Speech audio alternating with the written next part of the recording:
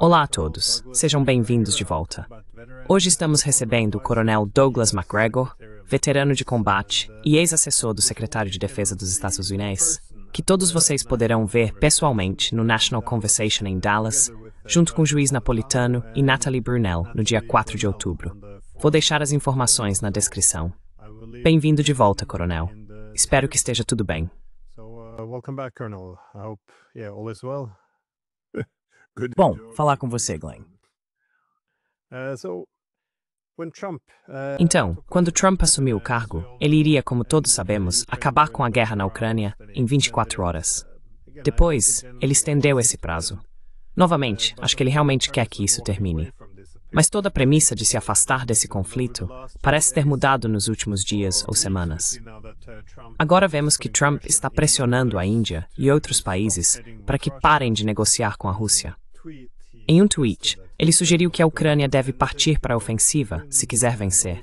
E também, agora há relatos de que os Estados Unidos possivelmente enviarão milhares de mísseis Irã de longo alcance. Não tenho certeza. O que você acha dessa reviravolta? This turn of events. Well, I think it is vintage Trump. Trump is. Bem, eu acho que foi o Trump de sempre. Trump é alguém com uma metralhadora, atirando em todas as direções possíveis. E o que ele realmente quer ou pensa muda de um dia para o outro. Ele é muito impulsivo. Não existe nenhum quadro estratégico coerente para nada. E absolutamente nenhum entendimento sobre a Rússia, Ucrânia ou Europa Oriental. Tudo isso é muito estranho para ele. Então não acho que possamos tirar conclusões definitivas sobre o que ele quer dizer. Vamos olhar para o que ele quer fazer. Isso é o que importa. Em primeiro lugar, acho que ele decidiu, depois da cúpula do Alasca, que realmente não havia nada que ele pudesse fazer para subir lá e trazer paz para a Europa Oriental com a cooperação do presidente Putin e potencialmente de Zelensky e dos europeus. And potentially Zelensky and the Europeans. So I think he understands now. Acho que agora ele entende que os europeus têm uma agenda diferente da dele. Zelensky tem uma agenda diferente. E a posição do presidente Putin é inalterável. Isso não é um problema para o presidente Trump. Ele reconhece que essa posição não vai mudar. Mas agora ele está frustrado e gostaria de ter conseguido organizar uma grande oportunidade de foto, como o evento do Alasca, futuramente em alguma cúpula de paz. Isso não vai acontecer. Lembre-se, o presidente Trump se preocupa com a aparência. Ele é um verdadeiro showman. Este é simplesmente o mais recente episódio do reality show chamado Casa Branca de Trump. E ele não vai conseguir o tipo de foto que queria, onde pudesse ficar no centro e se declarar o pacificador. Então, acho que ele meio que desistiu disso.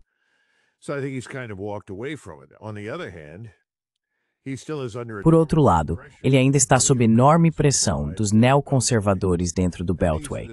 E essas são as mesmas pessoas que querem uma guerra perpétua no Oriente Médio. Eles querem balcanizar o Irã, querem balcanizar a Rússia. A estratégia em relação à Rússia fracassou miseravelmente. Então agora eles estão dizendo ao Trump, bem, você precisa manter isso de alguma forma. Você precisa mostrar que a Ucrânia está em estado terminal. Então, dê a eles esses mísseis de cruzeiro. Agora, quando eles vão chegar? Em que quantidade? Vai fazer alguma diferença? É difícil dizer, mas ele publicou um tweet com uma declaração dizendo que a administração anterior não tinha feito o suficiente para conferir capacidade à Ucrânia, para realmente partir para a ofensiva.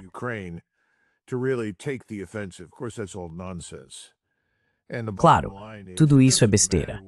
E no fim das contas, não importa o que você faça. Você pode realizar ataques pontuais com mísseis de cruzeiro em vários lugares. Não faz absolutamente nenhuma diferença se você está perdendo o combate corpo a corpo. Sabe, temos esse conceito de combate profundo e combate próximo. O combate profundo envolve essas armas de ataque de longo alcance, e elas são muito importantes. Mas se você acha que vai vencer a guerra sem o combate próximo, você perdeu o juízo. Eventualmente, as forças terrestres precisam se enfrentar. Bem, elas se enfrentaram, e a Ucrânia perdeu o combate próximo. E ele parece não entender a diferença, mas não deveríamos nos surpreender com isso. Não é alguém com experiência em assuntos militares, relações internacionais, diplomacia, nada disso. None of those things. This is someone who comes to office. Este é alguém que chega ao cargo como empresário e vê o mundo por esse prisma. É por isso que ouvimos constantemente sobre acordo, acordo, acordo, acordo. Mas não fechamos acordos de improviso e não resolvemos acordos entre 2 pessoas, ou 3 pessoas, ou 4 pessoas. Essas coisas na diplomacia internacional levam meses e às vezes anos. E então você sabe, ocorre a reunião final, algo é assinado e acordado, todos conseguem conviver com isso, e você segue para o próximo item. Ele não tem experiência com isso, e não é assim que ele pensa. De muitas maneiras, acho que o presidente Trump encapsula uma das características essenciais do caráter americano, que é o fato de os americanos não terem paciência. Os americanos não entendem que o mundo não é um grande forno de micro-ondas.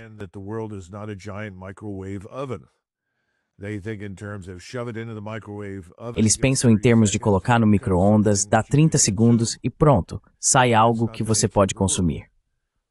Mas essa não é a natureza do mundo. Isso pode até funcionar, em certa medida, na política americana, mas não funciona nas relações internacionais. Não funciona em assuntos militares. Então, acho que ele meio que se afastou de um lado porque não consegue extrair nenhum benefício pessoal disso. Ele não pode ser o herói da história.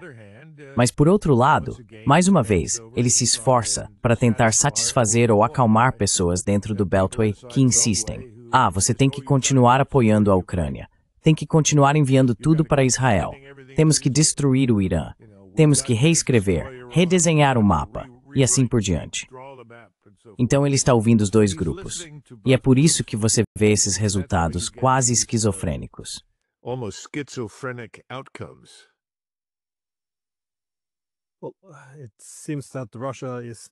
Bem, parece que a Rússia agora está perdendo a fé em todo o processo diplomático também, se é que já teve alguma, é claro. Mas também parece que a situação está se intensificando. Na noite passada, acho que foi o 2º maior ataque à Ucrânia, com drones e vários tipos de mísseis. Mas também vemos algum avanço em direção à cidade de Kherson, que fica do outro lado do Dnipro. Ainda não necessariamente com soldados, mas esses esforços para, pelo menos, estabelecer um controle muito forte com drones, o que sugere que soldados podem começar a atravessar em algum momento. Agora, não tenho certeza do que isso significa, se eles vão ter ambições de avançar em direção a Odessa. Mas eu queria te perguntar, o que você vê acontecendo no campo de batalha neste momento? Porque parece que as coisas só vão de mal a pior para o exército ucraniano.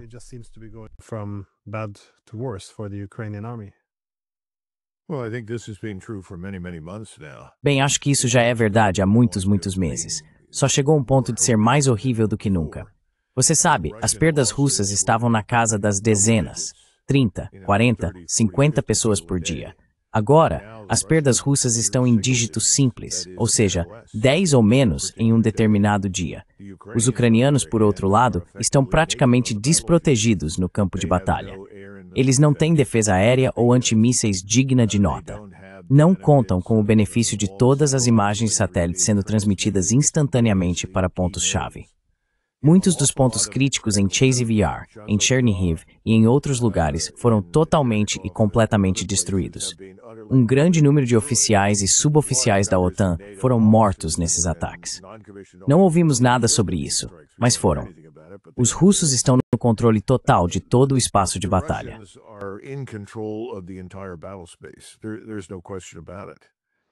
Não há dúvida sobre isso. E isso é irrecuperável. Não é algo que possa ser resolvido enviando mísseis de cruzeiro ou qualquer outro sistema de armas isolado. E então você tem a questão da fuga de mão de obra. Pelo que entendi, agora permitiram que 13 mil ou 14 mil homens entre 18 e 25 anos, ou 18 e 30 anos, cruzassem a fronteira da Ucrânia para a Polônia, Eslováquia e outros países vizinhos. Isso é bastante surpreendente. Quero dizer, por que você faria isso se acha que vai oferecer algum tipo de resistência séria? Quase parece que o governo ucraniano agora está esquizofrênico. Por um lado, quer manter a ficção de que ainda são resilientes e capazes, mas por outro, estão começando a ceder às exigências da própria população para pôr fim a isso. Não sei qual dessas forças vai prevalecer. É uma situação muito estranha. It's a very strange situation. The key thing, though, is the war is going to end. A questão principal, porém, é que a guerra vai acabar. Agora, quando ela termina? Você mencionou Kherson e também Odessa. Existem forças especiais russas na parte ocidental da Ucrânia. Elas já cruzaram o rio, estão fornecendo dados de alvo para os sistemas russos. Odessa tem sido alvo de ataques ferozes. Toda a sua capacidade militar foi destruída. Todo o estoque disponível de combustível e munição foi destruído. Eu ficaria muito surpreso se os russos não cruzassem o rio em força e avançassem para o sul para tomar Odessa. Novamente, Odessa nunca foi ucraniana. Odessa é uma cidade russa, foi fundada por russos, sempre foi uma cidade de língua russa. Não é por acaso que a estátua memorial de Catarina, a Grande, foi removida logo no início pelos ucranianos, porque foi ela quem efetivamente criou o que chamamos de Nova Rússia. Então imagino que isso vai acontecer.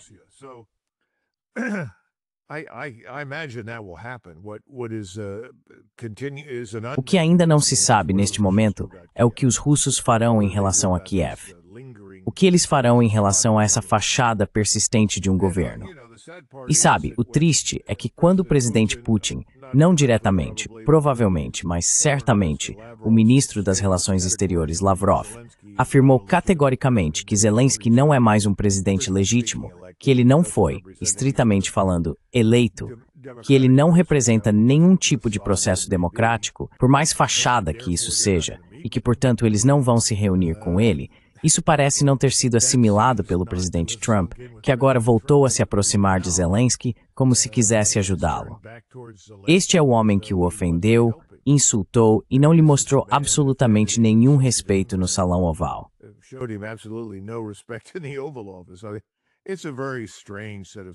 É um conjunto de circunstâncias muito estranho, mas isso é típico do presidente Trump. Por outro lado, se você observar os acontecimentos na Europa Ocidental, J.D. Vance está lá criticando a repressão à liberdade de expressão em lugares como Grã-Bretanha, França e Alemanha, onde eles levam isso muito a sério.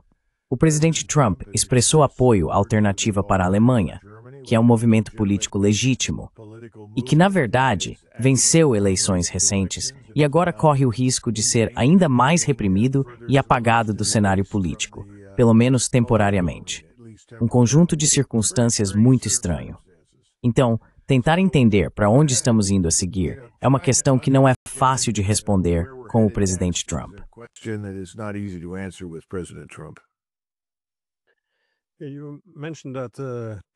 Você mencionou que Trump não entende a Rússia, mas muitas vezes tenho a impressão de que outros líderes políticos, tanto nos Estados Unidos quanto na Europa, também não entendem a Rússia. O que você acha que os países da OTAN não compreendem sobre a Rússia?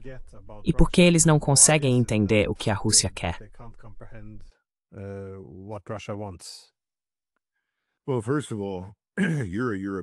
Bem, antes de tudo, você é europeu, então está mais próximo disso do que eu. Portanto, estou apenas especulando. Não tenho fatos concretos para respaldar minhas afirmações.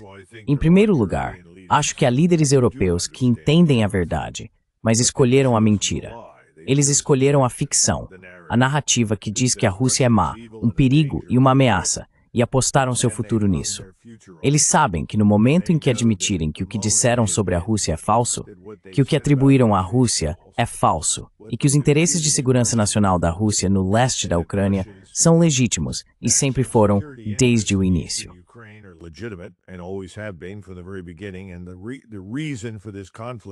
E a razão para esse conflito é toda sobre os direitos dos cidadãos russos de falar, ler e escrever em sua própria língua e de terem sua própria cultura e escolas. No momento em que eles admitirem algo assim, acabou para eles. Eles estão perdidos. E eu acho que os governos globalistas, seja Starmer, Macron ou Scholz, estão com muitos problemas. Não há dúvida quanto a isso. O outro aspecto disso, claro, é o problema da dívida. Todos nós estamos presos em uma espiral de dívidas. Em algum momento, vamos afundar de vez. O sistema financeiro vai colapsar. E quando isso acontecer, teremos que redefinir a moeda. E haverá um certo período de tempo em que haverá caos.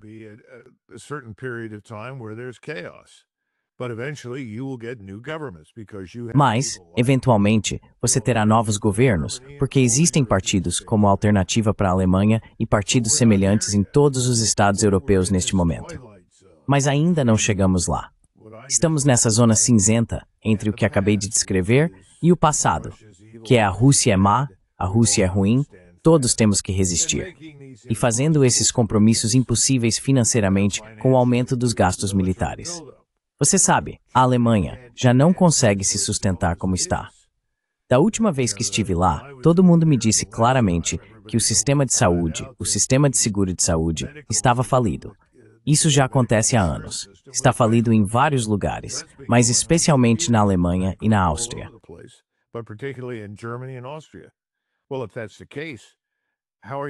Bem, se esse é o caso, como você vai se financiar ao tentar construir uma estrutura militar? E leva, falando de forma conservadora, 10 anos para construir um novo estabelecimento militar viável. E é exatamente isso que todos têm que fazer. Eles têm que começar do zero. É por isso que toda essa conversa sobre uma força de paz europeia ou algo do tipo em solo na Ucrânia Ocidental é simplesmente um absurdo.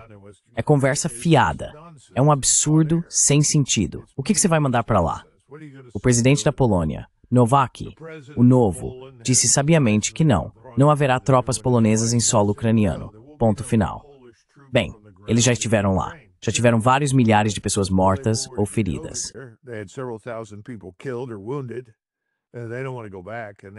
Eles não querem voltar atrás e percebem a tolice de tudo isso.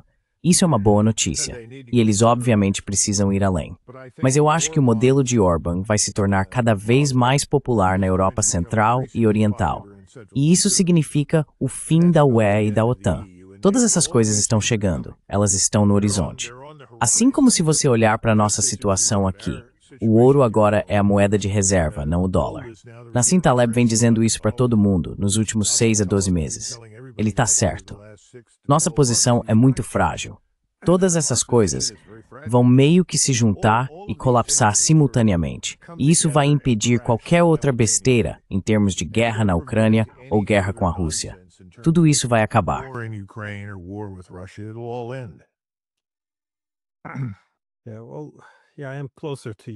Sim, bem, estou mais próximo da Europa, mas sempre faço questão de dizer que este é o lado que menos entendo.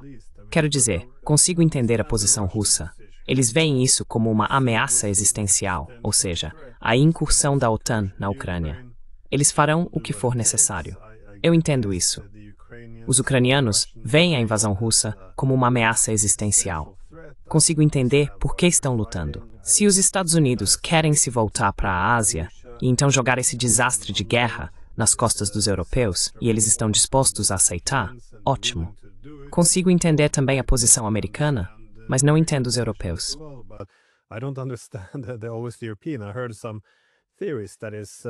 Ouvi algumas teorias de que eles foram capturados por suas próprias narrativas. Existe um certo oportunismo, talvez, para centralizar o poder na UEM. Eles gostariam de impedir que os americanos saíssem. Há também esse velho e bom ódio à Rússia, então a russofobia continua forte. Mas também uma teoria que é muito convincente é a relutância em abrir mão de um exército proxy muito poderoso, porque eles construíram esse exército na Ucrânia com centenas de milhares de soldados ucranianos que poderiam funcionar como um poderoso instrumento de contenção ou equilíbrio contra os russos.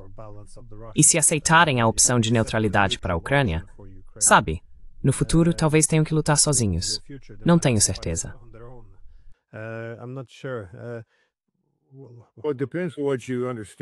Bem, depende do que você entende por neutralidade. E é por isso que o Tratado de Estado Austríaco é constantemente mencionado. Eu venho mencionando isso certamente desde 2014. Na verdade, eu não conseguia entender por que não houve um plebiscito, porque era claramente óbvio que a Ucrânia estava profundamente dividida em linhas étnicas, linguísticas e culturais. Mas todos nós estamos presos a essa fantasia de que todo mundo tem que conviver com todo mundo dentro de um construto multinacional, multicultural, multilingüe, seja lá o que for. Isso começou com os clintonistas, como chamamos, durante o governo Clinton, nos anos 90. E temos lutado com isso desde então.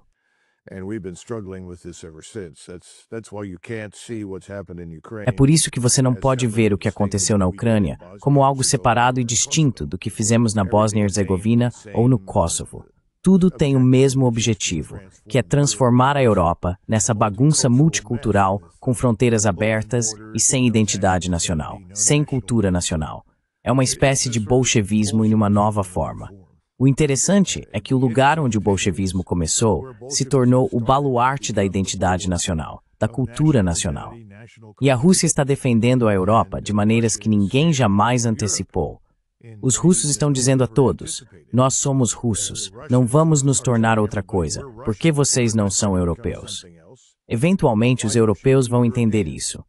Acho que a população na Alemanha está começando a perceber. I think the population in Germany is beginning to grasp it. Even some of the people in Poland are beginning to see past. Até mesmo algumas pessoas na Polônia estão começando a enxergar além desse tipo de ódio limitante à Rússia e a tudo que é russo, para perceber que a UE não é um lugar onde você, como polonês, húngaro ou até mesmo alemão, pode ser quem você é.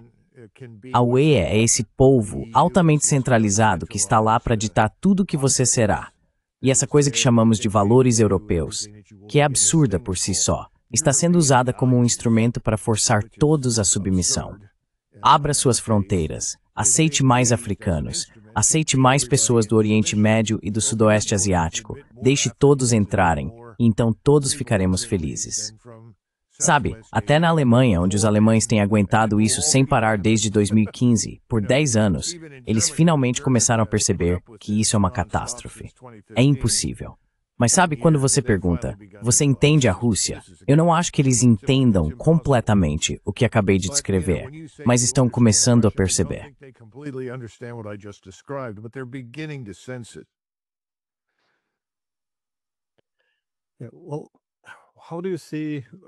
Bem, como você vê, assim como acho que a maioria das pessoas está reconhecendo, estamos caminhando para as fases finais desta guerra. Ou seja, avanços muito significativos estão ocorrendo cada vez mais rapidamente, com mais frequência. Mas como essa guerra terminaria então? Não apenas para a Ucrânia, mas também para a OTAN, considerando que muita coisa mudou desde 2022. Novamente, inicialmente argumentou-se que a OTAN tinha uma nova missão, que estava mais forte do que nunca. Mas acho que muito disso se baseava na premissa de que a OTAN realmente derrotaria a Rússia. Então agora que vemos a OTAN caminhando para a derrota, como você vê? Como será, imagino, a comunidade transatlântica ao final desta guerra?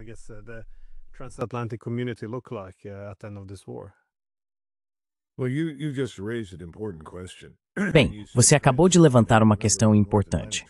Você disse transatlântico. Lembre-se, a organização do Tratado do Atlântico Norte era realmente composta por estados que faziam fronteira com o Oceano Atlântico. Nunca foi para ser uma estrutura continental. Nós a transformamos, nos anos 1990, nessa estrutura continental crescente e em expansão, e o objetivo era avançar até os Urais e além. Em outras palavras, incorporar todos nesse tipo de construção, o OTAN. Isso claramente, indiscutivelmente, fracassou. Isso é óbvio. Então, se você é um polonês agora, e eu conversei recentemente com alguns poloneses, eu lhes fiz exatamente essa pergunta. Eu disse, o que vocês fazem? E acho que os poloneses, como muitos europeus, por diferentes razões, continuam procurando alguém que vá ajudar a garantir sua existência.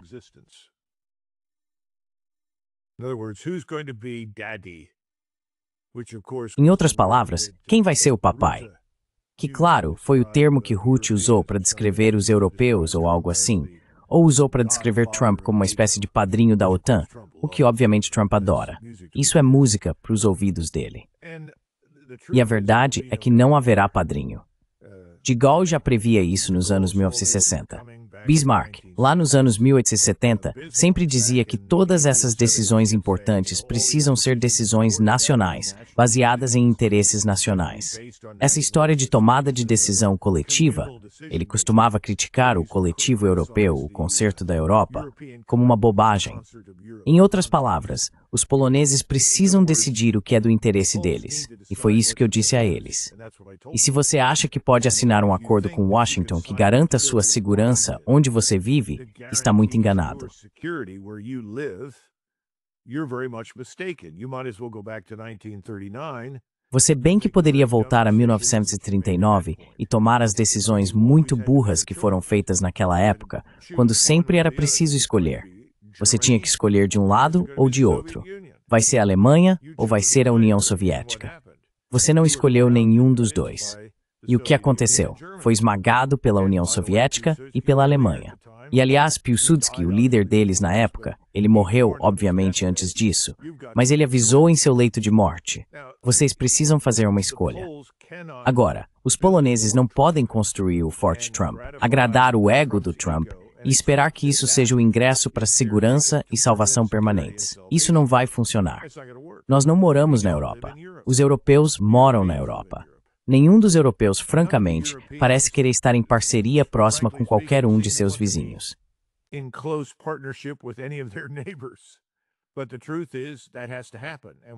Mas a verdade é que isso precisa acontecer. E quando você olha para a Ucrânia agora, e você está certo, isso está parando na Ucrânia, está chegando ao fim, quem decide o que acontece com o resto da Ucrânia? Os poloneses, lituanos, eslovacos, húngaros, romenos, moldavos, todos eles vão dizer: bem, vamos esperar aqui quietos até que 800 mil ou 900 mil soldados russos cheguem às nossas fronteiras. Ou eles vão se sentar com o presidente Putin e sua equipe e dizer: estamos prontos para conversar sobre como será essa Ucrânia pós-guerra. São eles que precisam ter essa conversa.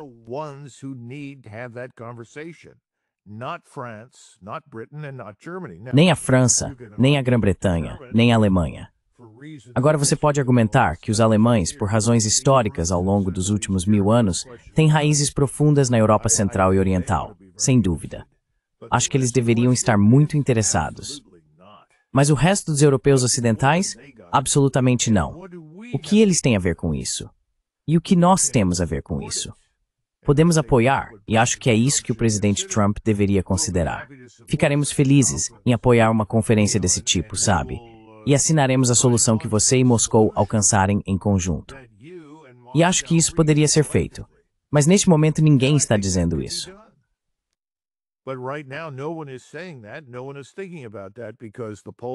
Ninguém está pensando nisso, porque os poloneses estão de olho na UE. Eles estão de olho na OTAN. Todo mundo também está. Todos dizem: bem, não posso fazer isso porque dependo dos subsídios da UE, do novo dinheiro vindo da máquina de dinheiro da UE em Bruxelas. Se eu fizer isso, perco o acesso à nova máquina de dinheiro. Mas e se o acesso a essa nova máquina de dinheiro te tornar um alvo para destruição futura e guerras futuras que você não quer lutar porque faz parte daquela organização chamada OTAN e UR? Eventualmente, as pessoas vão começar a refletir sobre isso, mas agora não é esse o caso.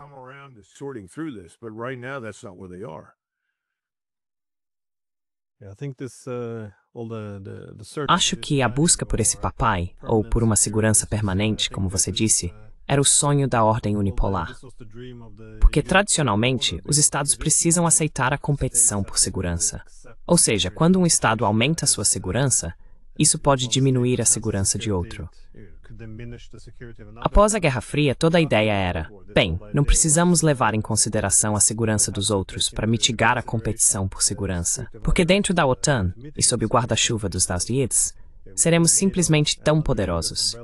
Não importa se os russos estão alienados, eles simplesmente terão que encontrar seu lugar nisso, sob a dominação do Ocidente político.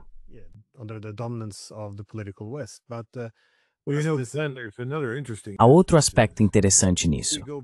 Se voltarmos a 1914, o sistema meio que surgiu ou evoluiu nos 10 a 15 anos anteriores ao início da Primeira Guerra Mundial para esse conjunto de gatilhos automáticos que levaram as pessoas à guerra. Mesmo que no começo elas talvez não tivessem nenhum papel nisso, talvez nem tivessem sido realmente afetadas por isso.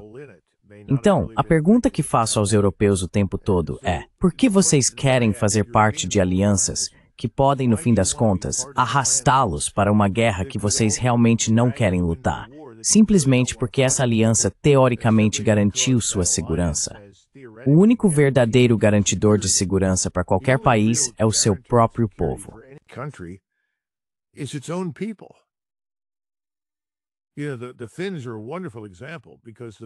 Os finlandeses são um exemplo maravilhoso, porque durante anos eles conseguiram mobilizar de 800 mil a 850 mil homens em um período de, digamos, 48 a 72 horas. Bem treinados, bem equipados, prontos para lutar. E isso funcionava em suas mentes como um fator de dissuasão. Eu acho que funcionava. Não acredito que os russos, após a Segunda Guerra Mundial, tivessem interesse em voltar para a Finlândia sob qualquer circunstância. Mas, ainda assim, os finlandeses estavam em posição de garantir sua própria segurança. E de repente, ao final desse longo período de conflito entre soviéticos e ocidentais, quando ele já não existia mais, eles decidem se juntar a uma aliança da OTAN, que se comprometeu com uma condição de hostilidade permanente em relação à Rússia.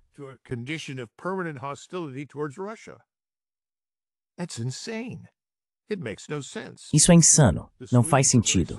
Os suecos são muito parecidos, mas os finlandeses, em particular, construíram uma garantia muito robusta para si mesmos. Meu argumento para as pessoas é que isso poderia ser feito em toda a Europa. Mas a ideia de que você quer apostar tudo, como dizemos em inglês, na chegada das forças dos Estados em uma crise ou conflito vindas dos Estados Unidos é loucura. A tecnologia mudou. Eisenhower comentou em 1956, nunca veremos outro desembarque na Normandia. Se alguém tentasse fazer algo assim, seria destruído. E quanto aos submarinos soviéticos? E quanto aos mísseis deles? Bem, essas coisas eram primitivas naquela época em comparação com o que temos hoje.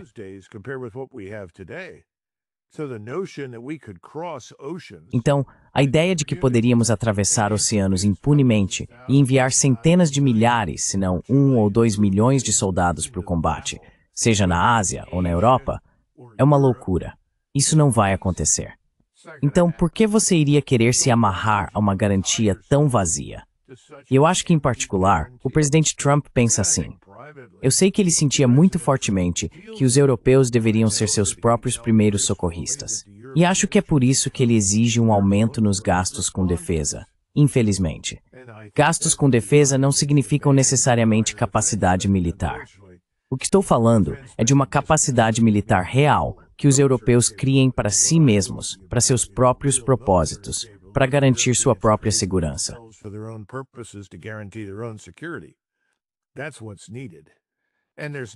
É disso que precisamos. E não há nada que impeça as pessoas de serem o que eu chamaria de sócios de responsabilidade limitada. Isso significa que os poloneses cooperam com os alemães, ou com os eslovacos, ou com os tchecos, ou com os lituanos, para um propósito específico. Mas você não precisa necessariamente assinar uma aliança permanente que automaticamente desencadeia uma guerra que o envolveria em algo que você não quer lutar. Então é muito estranho para mim, com a experiência da Primeira e da Segunda Guerra Mundial, porque os poloneses e o povo da Europa Oriental, em geral, não entenderiam isso e não buscariam uma solução diferente daquela da qual fazem parte agora.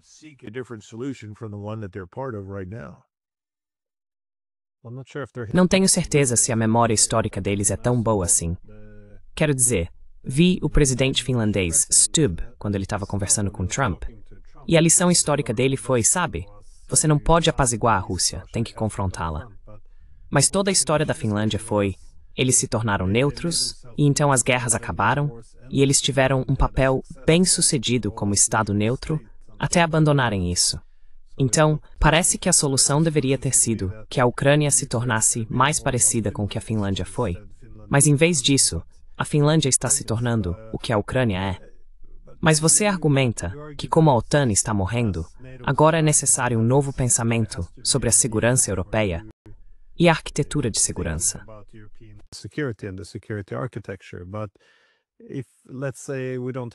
Se, digamos, não temos essa maturidade política no momento dentro da Europa, porque todos disseram uns aos outros que Putin é Hitler, o que você espera que aconteça agora, que as linhas de frente estão começando a desmoronar? Porque tenho a impressão de que os russos gostariam de fazer parte disso de forma gradual, muito deliberada, para não criar pânico demais em Washington e nas capitais europeias. Mas nesse pânico, os estados muitas vezes podem tomar decisões estúpidas. E acho que a paciência russa também está começando a se esgotar um pouco, já que agora estamos falando muito abertamente e até comemorando quando mísseis ocidentais são disparados contra cidades russas. Então, na sua opinião, qual é o maior risco aqui, agora que estamos entrando na fase final da guerra?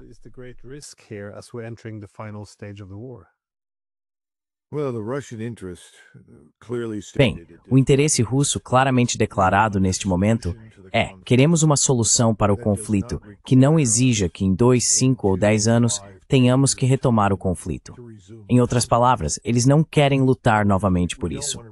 Agora eles estão na posição confortável de controlar muitos dos ativos críticos, não apenas o território, mas a capacidade de dominar.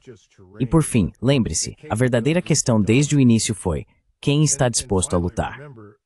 Você sabe, os russos sempre estiveram dispostos a lutar porque seus interesses de segurança nacional estavam em risco no leste da Ucrânia e, em última instância, hoje, em Kiev, por causa da natureza do regime lá. O que nós estávamos dispostos a fazer? Bem, os americanos não estavam dispostos a lutar em lugar nenhum.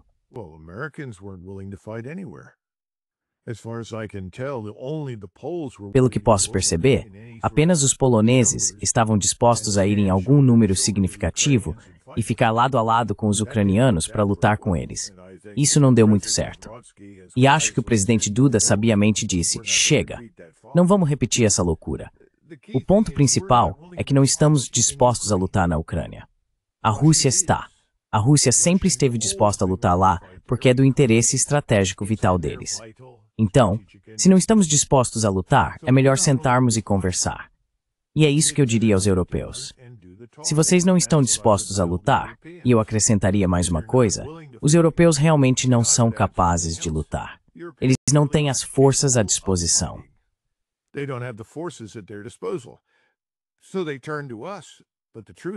Então eles recorrem a nós, mas a verdade é que nossa força terrestre é realmente bastante pequena. E nossas forças aéreas e navais, embora substanciais e robustas, não são realmente projetadas para uma guerra continental. O que veremos acontecer nos Estados Unidos nos próximos anos é um retorno dos Estados Unidos ao que realmente eram antes da Primeira Guerra Mundial, uma potência marítima e aeroespacial, não uma potência terrestre. Somos uma potência terrestre apenas no hemisfério ocidental, onde vivemos, assim como a Rússia é principalmente uma potência terrestre. Ela é uma potência terrestre no continente euroasiático. Não é necessariamente uma potência marítima, tem uma marinha, mas é bastante modesta. Tem forças aéreas, mas estas também são modestas em comparação com o que nós empregamos.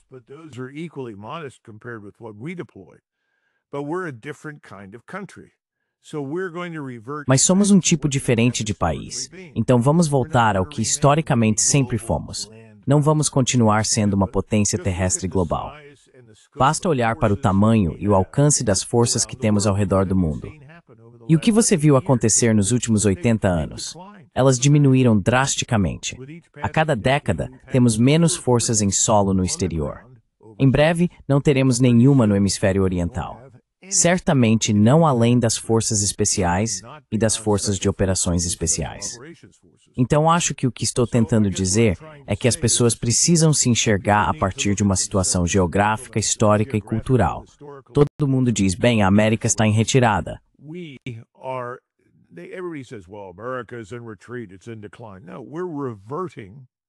Está em declínio. Não. Estamos voltando ao que é natural. Nossa posição é no hemisfério ocidental. Isso não significa que não queremos fazer negócios. Não significa que não estamos dispostos a ajudar até certo ponto.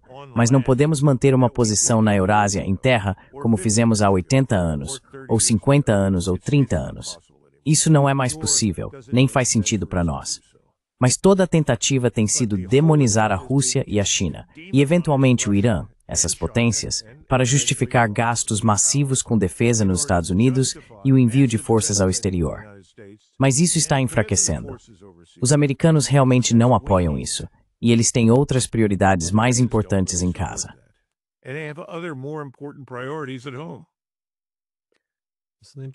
É uma observação interessante que os países ocidentais não querem lutar e morrer pela Ucrânia, porque Porque o ex-assessor de Zelensky, Alexei Arestovich, estava fazendo exatamente esse mesmo ponto. Ele disse ironicamente que os únicos dois países que lutariam e morreriam por nós são a Rússia e a Bielorrússia. Acontece que são justamente contra eles que estão lutando agora. Isso me leva à minha pergunta final, que é: como você vê a relação entre a Rússia e o Ocidente após esta guerra? Porque estou percebendo alguns indícios de que há um ressentimento crescente do lado ucraniano. Eles achavam que estariam sob algum tipo de proteção do Ocidente, e foi por isso que lutaram em vez de aceitar o acordo de paz em Istambul.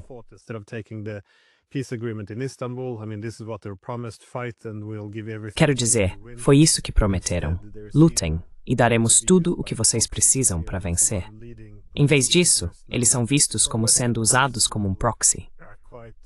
Você ouve agora muitas figuras políticas importantes, pró-Ocidente, que estão bastante irritadas porque os europeus basicamente os veem como carne de canhão, algo para jogar contra os russos. Isso também vem de vozes importantes da Europa. Você acha que a Ucrânia vai romper com o Ocidente depois desta guerra? Porque 69% dos ucranianos agora dizem que querem um fim imediato dos combates por meio de negociações, enquanto os europeus nem querem conversar com a Rússia. Então, não parece que todo esse discurso de apoiar a Ucrânia realmente corresponda tanto à realidade. Parece mais que agora estão apoiando o Zelensky, ao que tudo indica.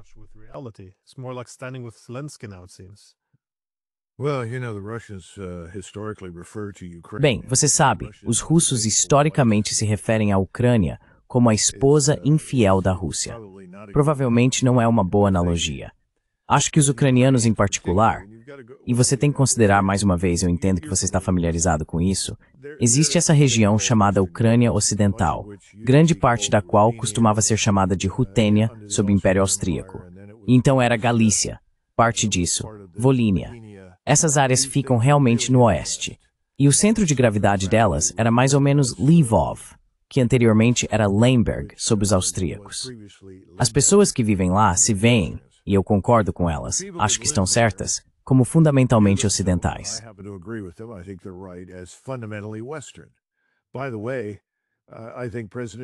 Aliás, acho que o presidente Putin concorda com isso, e não contestaria nem por um segundo. O presidente Putin já disse mais de uma vez que essas pessoas provavelmente seriam muito mais felizes em algum tipo de confederação com os poloneses ou com seus vizinhos em outras capacidades. Isso, acredito, é indiscutível. Então você tem essas pessoas no meio, mais ou menos na metade do oeste da Ucrânia. A outra parte do país, que é um híbrido de Rússia e Ucrânia. E, à medida que você vai cada vez mais para o leste, torna-se cada vez mais russificada. Isso é uma questão difícil de resolver, mas esse sempre foi o problema de fingir que toda essa construção chamada Ucrânia era uma estrutura política moderna e integrada, um Estado-nação moderno.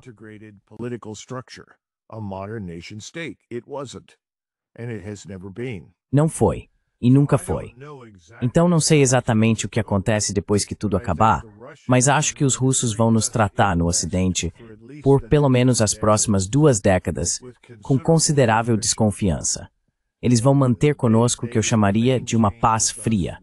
Agora, isso é independente do que fizermos, porque acho que em algum momento as coisas aqui vão mudar e as pessoas vão querer se aproximar dos russos e buscar um relacionamento melhor. Não há dúvida quanto a isso. Já existem pessoas, e em particular, há pessoas associadas ao presidente Trump, que gostariam de fazer isso agora, mas Trump parece ser incapaz de liderar esse movimento sozinho.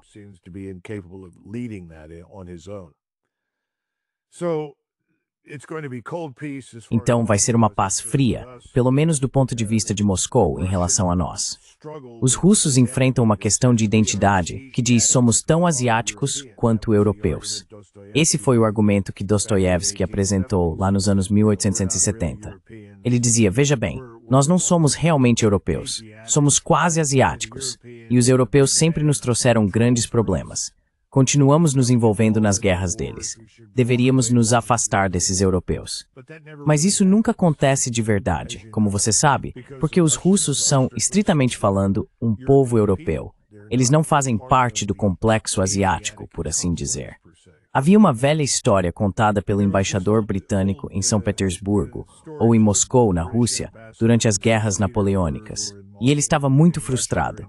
Escreveu de volta para Londres e eles continuavam perguntando: o que o czar quer? Ou Alexandre Piast, o que ele quer?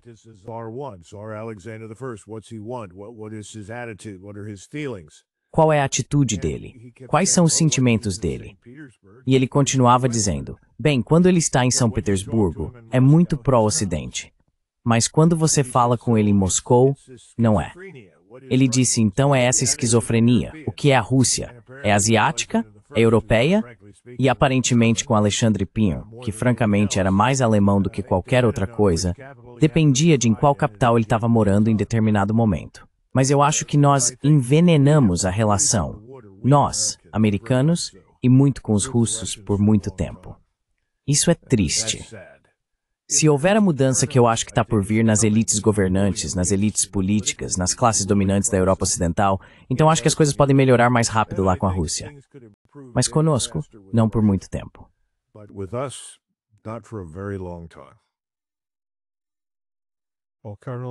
Bem, Coronel McGregor, obrigado, como sempre, por seus insights. Teremos algumas semanas e meses interessantes pela frente. Então, muito obrigado. Claro. Obrigado, Glenn.